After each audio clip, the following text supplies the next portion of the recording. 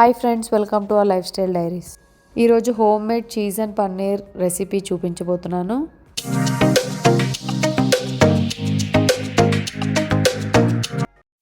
ఇప్పుడు నేను ఒక 1/2 లీటర్ మిల్క్ని తీసుకొని వేడి చేసుకున్నాను. ఇప్పుడు ఒక 2 లెమన్స్ని స్క్వీజ్ చేసుకొని ఒక చిన్న బౌల్లో వేసుకొని కాగిన మిల్క్లోకి వేసుకొని మిక్స్ చేసుకోవాలి. అలా మిక్స్ చేస్తూ ఉండగా మెల్లగా అది మరుగుతూ సపరేట్ అవుతూ ఉంటుంది. మనం ఇలా పన్నీర్ని ఇంట్లో చేసుకోవడం అలవాటు చేసుకుంటే ఇక బయట పన్నీర్ అనేది మనం కొనుక్కోమండి. చాలా ఈజీ ప్రాసెస్. ఇలా వాటర్ అండ్ పన్నీర్ అనేది సపరేట్ అయిపోతాయి. పూర్తిగా సపరేట్ అయిపోయిన తర్వాత మనం ఇంకా స్టవ్ ఆఫ్ చేసేసుకోవాలి. నేనైతే వాటర్ కొంచెం ఈ కలర్లో ఉన్నాయి కదా, ఇంకా మరగాలేమో అనుకొని ఇంకొంచెం మరగపెట్టాను. ఆ పన్నీర్ అనేది ఇలా సపరేట్ అయిపోయింది. ఇప్పుడు ఫిల్టర్ చేసుకోవడానికి ఒక బౌల్ అండ్ ఒక జల్లెడ తీసుకుందాము. అండ్ దీనిలోకి మనం పన్నీర్ ఇంకా ఆ వాటర్ని ఫిల్టర్ చేసుకోవాలి. ఆ పన్నీర్లో నుంచి వాటర్ బాగా పోయేలాగా స్క్వీజ్ చేసుకోవాలి. అండ్ కింద వాటర్ని మనం వేస్ట్ అని చెప్పి పక్కన పడేయాల్సిన అవసరం లేదు. వాటిని వేయి వాటర్ అంటారు. మనం చపాతీస్ చేసుకున్నా, రోటీస్ చేసుకున్నా, లేదంటే ఏదైనా రైస్ వండుకుంటున్నప్పుడు, ఇంకా కిచిడీస్ వండుకుంటున్నప్పుడు ఈ వాటర్ని మనం యూజ్ చేసుకోవచ్చు. దీనిలో కూడా మంచి ప్రోటీన్ అనేది ఉంటుంది. ఇప్పుడు మనం ప్రోటీన్ కోసం వేయి ప్రోటీన్స్ కొనుక్కుంటాం కదండి, ఆ వేయి ప్రోటీన్స్ని కూడా ఈ వేయి వాటర్తో చేస్తారు. సో ఇలా ఫ్రీగా మన ఇంట్లోనే వచ్చే వేయి వాటర్ని ఎందుకండి వేస్ట్ చేసుకోవడం. చక్కగా మనం రైస్లోనో చపాతీస్లోనో యూజ్ చేసుకుంటే మనకి మంచి ప్రోటీన్ అనేది వచ్చేస్తుంది. మనం చేత్తో ఎంత స్క్వీజ్ చేసుకున్నా కానీ ఆ వాటర్ అనేవి ఇంకా ఉంటూనే ఉంటాయి కదా. దానికోసం నేను మళ్ళీ ఒక ప్లేట్లో వేసుకొని దీనిపైన ఒక చిన్న ప్లేట్ పెట్టుకొని నేను బరువు అనేది ఒక చిన్న రోల్ పెట్టుకున్నాను. ఆ బరువు ద్వారా మనకి వాటర్ అనేవి ఇంకొంచెం బయటకు వచ్చేస్తాయి. యాక్చువల్లీ ఇలా కాకపోయినా కానీ మనం ఒక క్లాత్తో స్క్వీజ్ చేసుకున్నా కానీ ఈజీగానే పోతుంది. అండ్ క్లాత్ కూడా వాటర్ని మొత్తం పీల్చేస్తుంది కాబట్టి. అండ్ ఇంకా ఈజియెస్ట్ మెథడ్స్ ఏంటి అంటే ఇప్పుడు అసలు మనకి అమెజాన్లో కానీ ఇంకా ఫ్లిప్కార్ట్లో కానీ ఇలా పన్నీర్ని సపరేట్ చేసుకునే ఐటమ్స్ కూడా వచ్చేసాయి. అవైనా యూస్ చేసుకోవచ్చు.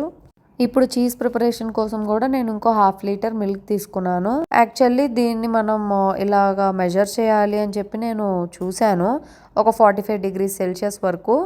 బట్ నేను ఈ థర్మోమీటర్ యూస్ చేయడం వల్ల అదేంటో హై అని చూపించేసింది ఒకేసారి. ఎందుకులే అని చెప్పి కొంచెం 45 డిగ్రీస్ అంటే లైట్గా వేడి చేస్తే సరిపోతుంది కదా అని నేను వేడి చేసిన వెంటనే ఒక కప్ వెనిగర్ వేసేసుకున్నాను. ఇప్పుడు మనం చీజ్ ప్రిపేర్ చేసేటప్పుడు వెనిగర్ వేసుకోవాలి.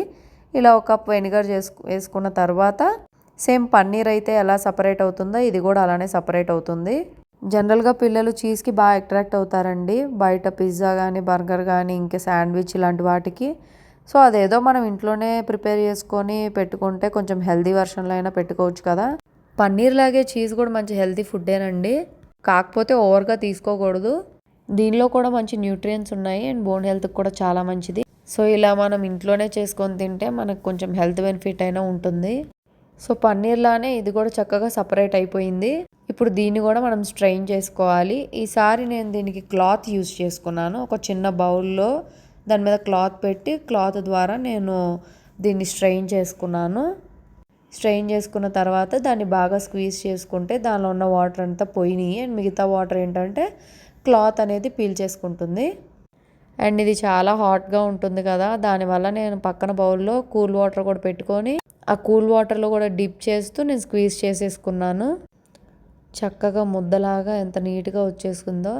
క్లాత్లో అయితేనే బెస్ట్ అండి, నీట్గా చక్కగా పీల్ చేసుకుంటుంది. ఇందాక నేను పన్నీర్ పెట్టినట్టయితే అది ఇంకా పీల్చుకోలేదు. దానికోసం మళ్ళీ ప్లేట్ పెట్టి బరువు పెట్టి అన్నీ చేయాల్సి వచ్చింది. సో ఇప్పుడు పన్నీర్ని కూడా చూసేద్దాము మొత్తానికి నీళ్లు పోయిందా లేదా అని చెప్పి. చూస్తే పోయినట్టే అనిపిస్తుంది. పోయిందండి. ఇలా నీట్గా వాటర్ పోయిన తర్వాత మనం చక్కగా ఫ్రిడ్జ్లోనే స్టోర్ చేసుకోవచ్చు. ఇప్పుడు పన్నీర్, చీజ్ ఇంకా వేయి వాటర్ అనేది రెడీ అయిపోయింది. చక్కగా పన్నీర్తో పన్నీర్ బుర్జియో పన్నీర్ కర్రీయో ఏదో ఒకటి చేసుకోవచ్చు.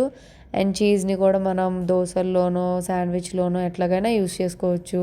అండ్ ఈ వేయి వాటర్ని కూడా మనం చపాతీస్ ఆర్ ఇంకా రైస్లో యూస్ చేసుకోవచ్చు. మీరు కూడా ట్రై చేసి చూడండి. అండ్ ఇలాంటి మోర్ రెసిపీస్ కోసం ఛానల్ని సబ్స్క్రైబ్ చేయండి. Thank you.